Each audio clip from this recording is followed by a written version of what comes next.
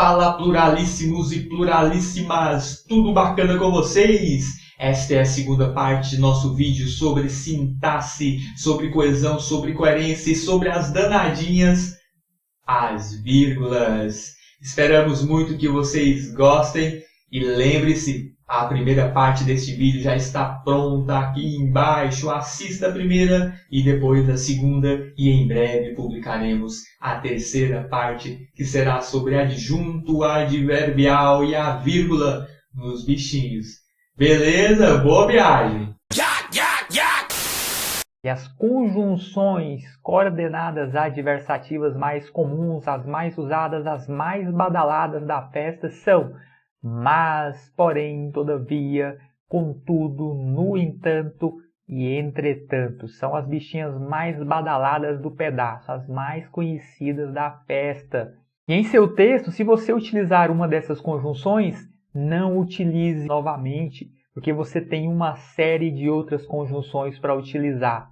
Em uma boa redação, a gente tem recursos coesivos diversificados. Se você usou porém no começo de sua redação, nem no fim dela você deve utilizar novamente o porém. Utilize outra. Mostre para o corretor que você tem um repertório de recursos coesivos amplo, que você conhece os mecanismos linguísticos, que você conhece a estrutura coesiva. Beleza? Manda bronca. Vai fazendo aí uma ampla utilização dos recursos coesivos para tirar aquele notão que a gente precisa tirar. Quanto à posição, a conjunção adversativa tem como espaço natural o começo de uma oração. Então, acabou a primeira oração, vai começar a segunda.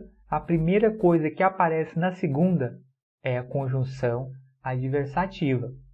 Beleza? Jefferson está muito cansado, porém, irá ao encontro de sua bela Angelina. Notemos aí, ó, Jefferson está muito cansado. Acabou a primeira oração coordenada.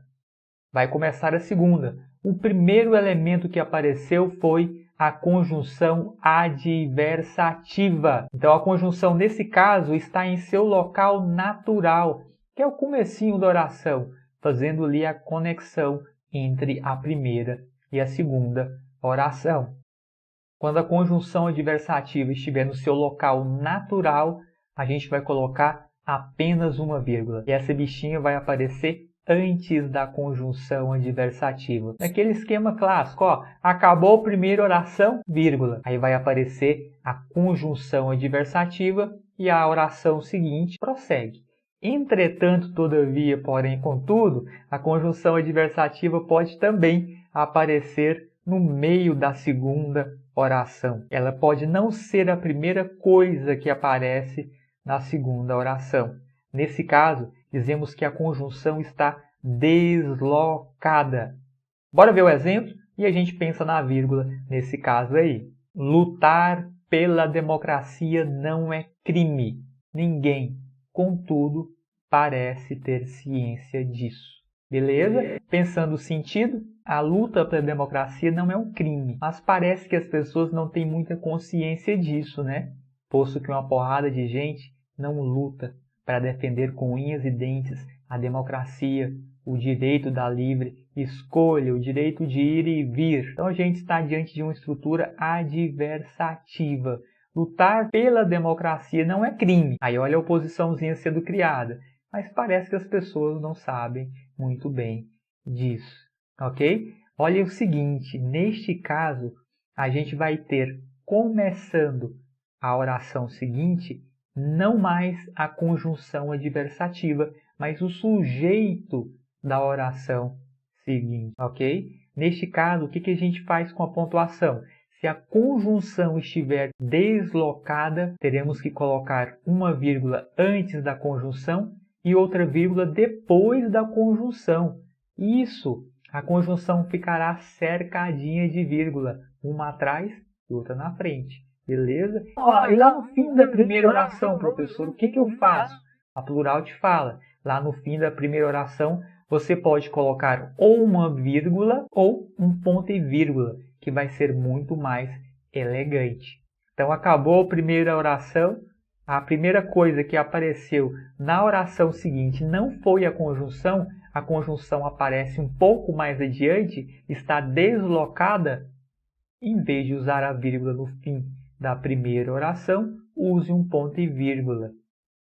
Use um ponto e vírgula também para mostrar a hierarquia da pontuação. É como se o ponto e vírgula tivesse um grau superior em relação à vírgula. E esse ponto e vírgula vai aparecer apenas em locais específicos.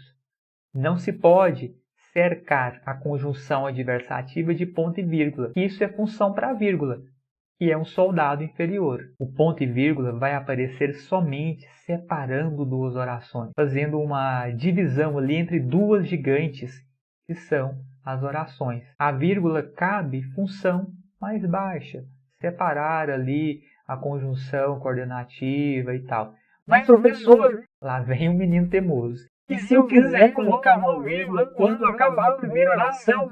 Pode, menino, pode colocar a vírgula sim, ok? É mais sofisticado, é mais bonito o ponto e vírgula, mas a vírgula também não estará equivocada. Você pode colocar. Beleza? Se a conjunção estiver no seu local normal, só uma vírgula antes dela. Se ela estiver deslocada, duas vírgulas, uma antes e uma depois. E lá na junção das orações, eu coloco um ponto e vírgula para marcar a supressão da conjunção. Mas a conjunção adversativa, custosinha, também pode aparecer no começo da frase. Não só no começo de oração, mas também no começo de frases. Bora ver o exemplo? Olha aí. Lutar pela democracia não é crime. Ponto final. Entretanto, ninguém parece saber disso. Então, notem que na primeira frase, a gente colocou ali ponto final para fechar, claro, e a segunda frase começou com a conjunção adversativa. Mas, professor, é a pontuação. A pontuação você faz o seguinte, enfia depois da conjunção, claro, depois da conjunção, ok? A frase começou com conjunção adversativa, você coloca a pontuação, a vírgula, depois dela. Professor, pode colocar ponto e vírgula? Não, não pode colocar ponto e vírgula. Tem que ser a danadinha da vírgula. A exceção é o mas. Se o mas for a conjunção que inicia a frase, a gente não coloca a vírgula depois dele. Não pode. É proibido por lei suprema da senhora gramática. Beleza? Embora para as conjunções conclusivas, são aquelas bichinhas que vão dar um tom de fechamento, que vão dar um tom de conclusão para a estrutura, ok? Elas exprimem o que então? Conclusão, consequência referente à oração anterior. Ela vai fechar, ela vai concluir alguma informação que está presente na oração anterior a ela. As conjunções conclusivas badaladíssimas do plantão, badaladíssimas da festa, badaladíssimas de Beverly Hills são as senhoras logo, portanto e o pois. Só que esse é um pois específico que aparece cercado de vírgula, uma antes e uma depois. Daqui a pouco eu vou mostrar isso. E a gente usa também como conclusiva o então, o assim, a locução por isso. A gente usa por conseguinte e destarte. Todos esses bichinhos aí têm a função de conjunção conclusiva. São as senhoras badaladas do plantão, beleza? Se você quiser encontrar com elas, entre no Facebook, entre nas redes sociais. Elas estarão lá esperando você para dar aquela voltinha no final de semana. Sensacional! Simbora! E como as conjunções conclusivas comportam-se diante da vírgula? Elas comportam-se do mesmo modo que as adversativas. Se ela aparecer no começo da oração, uma vírgula antes. Se aparecer deslocada, uma vírgula antes e uma depois. Se aparecer no começo da frase, uma vírgula depois delas. Sem exceção, todas que iniciam frase levam uma vírgula depois de si. Ok? A marcação que nós temos que fazer é para o pois. Esse pois conclusivo, ele sempre vai aparecer depois do verbo. Ok? E receberá duas vírgulas. uma vírgula antes dele e uma vírgula depois, para diferenciá-lo, sobretudo, do pois, que é conjunção explicativa. O pois conjunção explicativa não aparece cercado de vírgula, não aparece depois do verbo. O pois conjunção conclusiva aparece com uma vírgula antes de si, uma vírgula depois de si, e a locação dele é depois do verbo. Bora ver um exemplo. A democracia venceu. Comemoremos, pois, com muito vigor. Aí olha o esquema. A democracia venceu. Acabou de acabar a primeira oração. A gente coloca ponto e vírgula ou então uma vírgula. Beleza? A democracia venceu. Comemoremos. Olha o verbo. Comemoremos, vírgula, pois, vírgula, com muito vigor. Beleza? Sempre que a democracia vence, nós temos que comemorar com muito vigor, levantar bandeiras, sair na rua com a bandeira do Brasil, vestir a camiseta da seleção para comemorar, claro, a vitória da democracia, não é mesmo? E as conjunções aditivas, o que a gente faz com as bichinhas?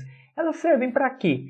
Servem para dar a ideia de adição, de conexão, de soma entre duas orações ou dois elementos gramaticais. Quais são as bichinhas mais badaladas? O e o nem. O nem significa e não, também não, ok? O nem, além de ter em si um elemento adverbial, porque guarda uma negação, ele é também uma conjunção aditiva, ok? Exemplo aí, João corta pau e Maria faz angu. Ok? Olha a conjunçãozinha conectando ali as duas orações. Regra da vírgula para as conjunções aditivas. A rigor, a gente não separa a conjunção aditiva por vírgula. Acabou a primeira oração, a gente não coloca vírgula se aparecer uma conjunção aditiva depois. A rigor é isso. Mas temos alguns poréns. A menos que o e possa ser trocado pelo mas. Em alguns contextos, na verdade, o e se transforma em uma conjunção adversativa. E lembre-se que antes da conjunção adversativa, a gente coloca vírgula.